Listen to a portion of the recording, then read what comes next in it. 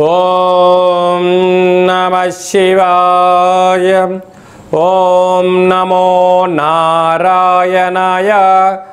కర్మ నివారణ నరదృష్టి నివారణ కాళభైరవాయ నమో నమః. ఓం కాళకాలాయ విద్మహే కాళాతీతాయ ధీమహి తన్నో నరదృష్టి నివారణ కాళభైరవ ప్రచోదయాత్. హరి ఓం. మా ఛానల్కి స్వాగతం. చూస్తున్న వీక్షకులకు ప్రేక్షకులకు ప్రియ కాల భైరవ బంధువులకి స్వాగతం పలుకుతూ మమ్మల్ని ఎంతగానో ఆదరిస్తూ ఉండబడినటువంటి ప్రియ సోదర సోదరీమణులకు సనాతన ధర్మ సంరక్షకులకు జ్యోతిష్య అభిమానులకు అందరికీ కూడా జ్యేష్ఠమాస అమావాస్య సందర్భంగా ఆ మహాదేవుడి యొక్క ఆశీస్సులు కాలాన్ని శాసింపజేసే శక్తి కాలభైరవుడికి ఉంటుంది కనుక అందరికీ విద్యార్థులకు మంచి విద్య, ఉద్యోగస్తులకు ఉద్యోగము, వ్యాపారస్తులకు జనాకర్షణ, సంపూర్ణమైన వారు ఎవరైతే ఏ వృత్తులు అయితే చేస్తుంటారో అన్ని వృత్తులలో విజయం సాధించాలని కోరుకుంటూ మనసారా కాళభైరవ స్వామి వారిని కోరుకుంటూ ఆశీర్వచనం.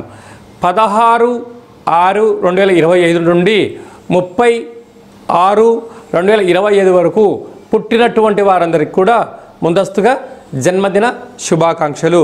గతంలో వివాహం చేసుకున్న వారికి వివాహ వార్షికోత్సవ శుభాకాంక్షలు. ద్వాదశ రాశుల్లో గ్రహ గమనాన్ని ఒకసారి వీక్షింపచేద్దాం. మేషరాశిలో శుక్ర భగవానుడు సంచార స్థితి, మిథున రాశిలో త్రిగ్రహ కూటమి సంచార స్థితి, రవి బుధులు కలిసి ఉండడం వల్ల బుధాదిత్య రాజయోగము, రవి గురువులు కలిసి ఉండడం వల్ల విపరీతమైనటువంటి ఐశ్వర్య యోగము.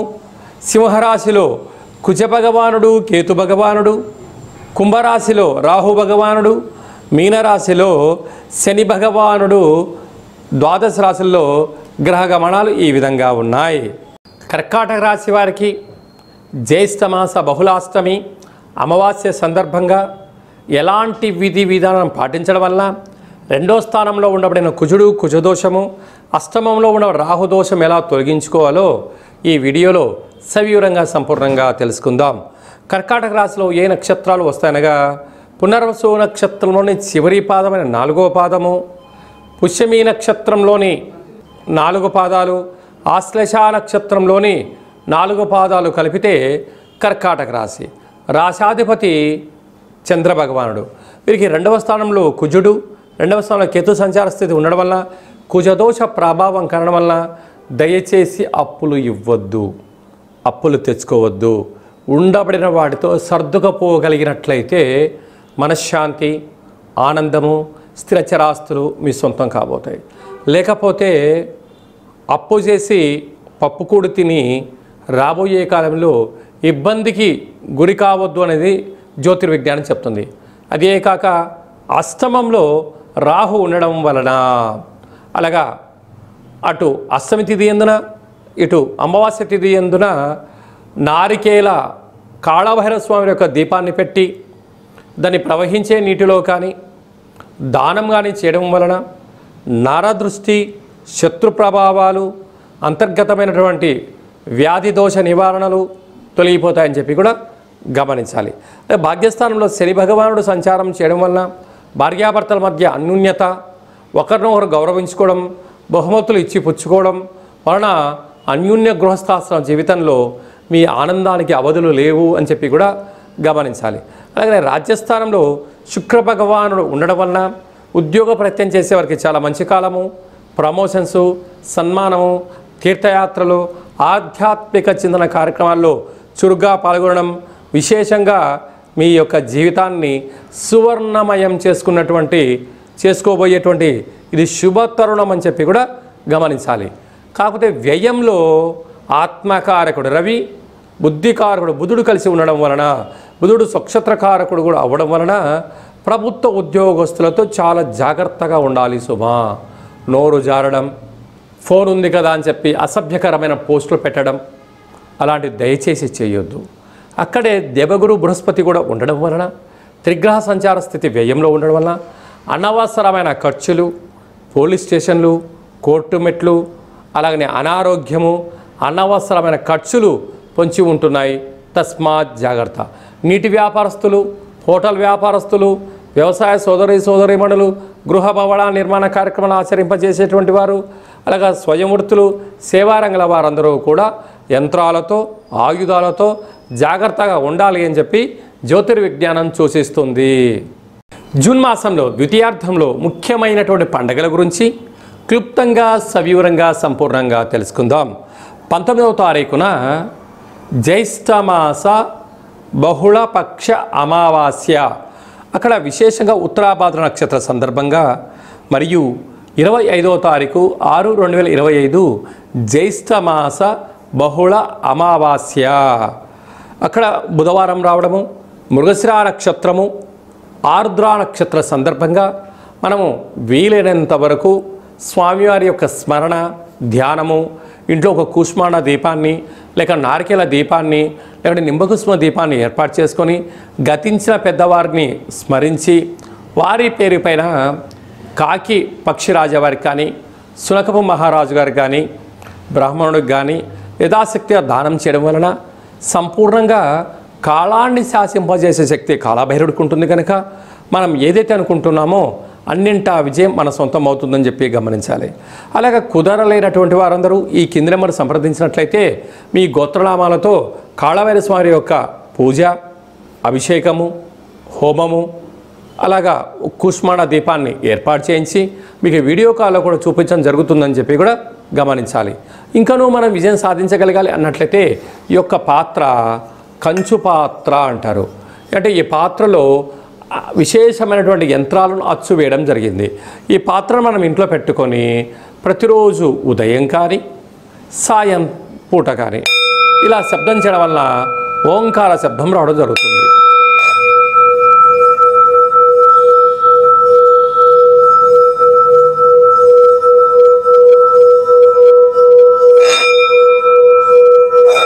ఇలా శబ్ద తరంగాలను సృష్టించడం వలన మనిషి శరీరంలో ఉండబడినటువంటి చక్రాలు వికసింపచేయడం, ఇంట్లో ఉండబడినటువంటి దరిద్ర దేవత బయటికి వెళ్ళిపోవడం, లక్ష్మీదేవి గళ్ళు గళ్ళు అంటూ ఇంటికి రావడం, మనం అనుకున్న అన్ని పనులు కూడా కాలభైరవుడు విజయం సాధిస్తాడని చెప్పి గమనించాలి.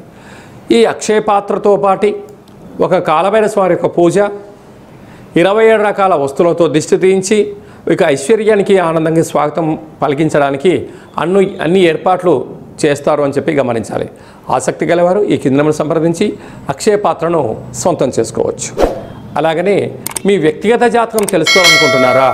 మీ పేరు, పుట్టినటువంటి తేదీ, నెల, సంవత్సరం, సమయం మీరు రాసి పంపించినట్లయితే మీకు 100 సంవత్సరాల జాతకాన్ని రాసి పంపించి పుట్టినప్పుడు గ్రహ గమనాలు ఎలా ఉన్నాయి, ప్రస్తుతం ఎలా ఉంటున్నాయి, భవిష్యత్తులో ఎలా ఉండబోతున్నాయో సవివరంగా సంపూర్ణంగా తెలియజేయడం జరుగుతుందని చెప్పి గమనించాలి.